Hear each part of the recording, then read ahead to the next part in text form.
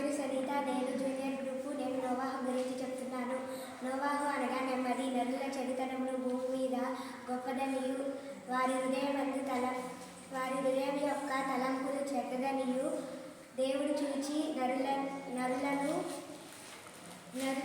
జంతువులను సమస్తమును ఉండకుండా తుడిచివేయుదును అని యెహోవా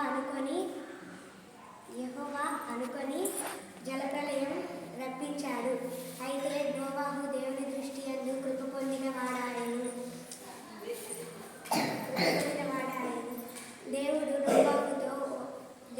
నోవాహుతో ఓడ తయారు చేయమన్నాడు. ప్రతి జంతువులను, పురుగులను, పక్షులను 2 చెప్పున తన కుటుంబంతో పాటు ఓడలోకి తీసుకొని వెళ్ళమన్నాడు. దేవుడు ఓడకి తాళం వేస్తాడు. 40 పగళ్ళు 40 రాత్రులు ప్రచండమైన వర్షం కురిసి